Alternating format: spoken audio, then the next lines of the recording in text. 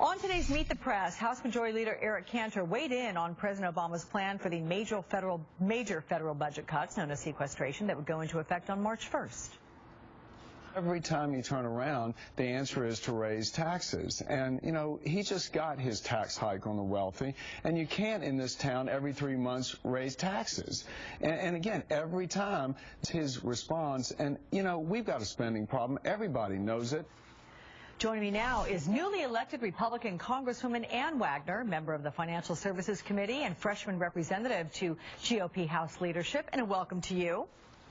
Welcome. I'm so pleased to be here, Alex, with you and your viewers. Well, you know, it's always fun to interview someone after they've been elected, and I would call you a rising star, but looking at your bio, you have landed there in Congress as a star already, and we'll get to why in just a moment. But in President Obama's weekly address, he said fairly explicitly that he wants a balanced approach, including the spending cuts, entitlement changes, and tax reforms. So what we heard from Leader Cantor just then, is that posturing? No, I think it's the truth, and it's not just what's coming from House leadership and from the GOP. It's what the American people want. We have a spending problem. Here in Missouri's 2nd District, there are families and small businesses living within their means every single day. They've had to cut back. They know what these policies and what this overriding $17 trillion in debt and the continual year-after-year deficit are doing, not just in the mortgaging of our own children's future and a $52,000 lug each morning that we have around their necks, but frankly, Alex, we are mortgaging today, and we have got to do something about this out-of-control spending. The president's sequestration is right around the corner here, and I think the House Republicans are the only ones that have put forth some responsible replacements to that sequester that still rein in spending. But while there are fair points to be made from both sides, to be perfectly honest, when you say that you think you're in line with the American people, didn't the election say that Americans overwhelmingly re-elected President Obama and dealt a pretty hard blow to the GOP, and that part of what the Americans elected was someone who said, we've got to raise revenue, and people agreed with it? And with the fiscal cliff deal, the president just got a large tax increase, and not just on wealthy, but on small business owners and on the middle class.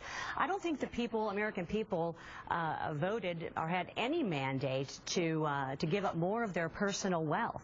What they want is to be able to make it to the 15th and the 30th of the month.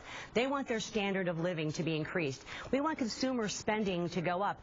The best way to raise revenue, Alex, is to grow our economy. And if we don't get our debt and out-of-control spending in check here, we will not grow this economy. But is it entirely fair to call it the president's sequestration, because Congress is the group that passed it?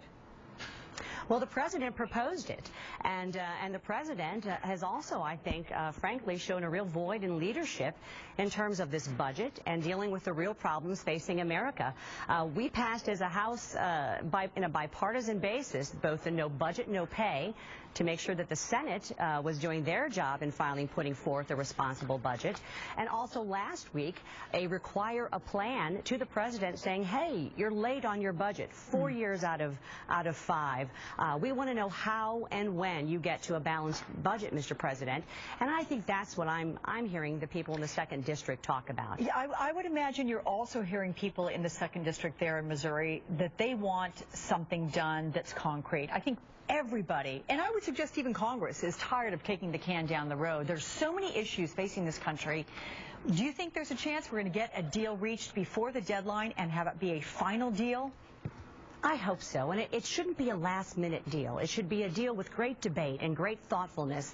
We've been having this debate for some time. I'm a part of this new freshman class, the 113th Congress. We were sent here, Alex, to do the big things. We want to be about solutions and getting things done. People are tired, frustrated with this paralysis and the lack of leadership that the president, I believe, has shown, and frankly, the fact that the United States Senate and the Democrats Democrats in the Senate have not come to the table to deal with our fiscal crisis. Enough is enough. We're fed up, and I'm hopeful, though. I really am hopeful we're going to have solutions, and we'll be able to come together on behalf of the American public. Well, there is a new body there. I mean, you are part of this new freshman class. There'll be new voices being heard among yours, them yours certainly. These self-created crises, fiscal cliff, sequestration, I mean, is this any way to run a country? Have you gotten to Congress because you want to change things up and get things done? Absolutely. We are a class of doers. It's a wonderful, eclectic group from that form the People's House, and they're farmers and men and women and moms and dads and small business leaders, people involved in the military. It's a great class of I think, real doers, and we've been sent here to tackle the big things. And the biggest thing on our plate right now is this out-of-control spending, this propensity to do nothing but make government the center of all things. We have to empower people and families and individuals.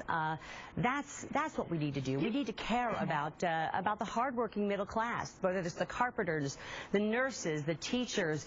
As I said, the people trying to make it to the 15th and 30th day of the month. How do we make their lives better and easier? Paycheck. Yeah. Right. You know, but there seems to be a lack of diplomacy or the use of that on Capitol Hill.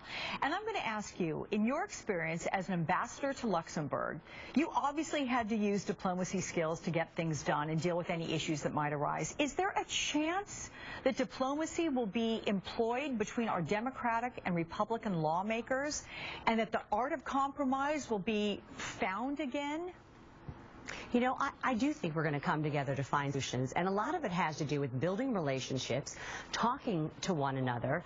I'm very proud of what we did very quickly out of the House, the U.S. House, which was no budget, no pay. That had over 80 Democrats sign on to that piece of legislation. I think it was a great bipartisan showing, and I think it's a way that we should move forward. So I'm hopeful we're going to have solutions, but I'm also hoping that we desperately are going to have the kind of leadership from the White House that's going to talk about growing our economy, talk about jobs, talk about helping the middle class, that does not raise our taxes and take more of their wealth, and grow government. We don't need to grow government. We need to grow our economy for hardworking families.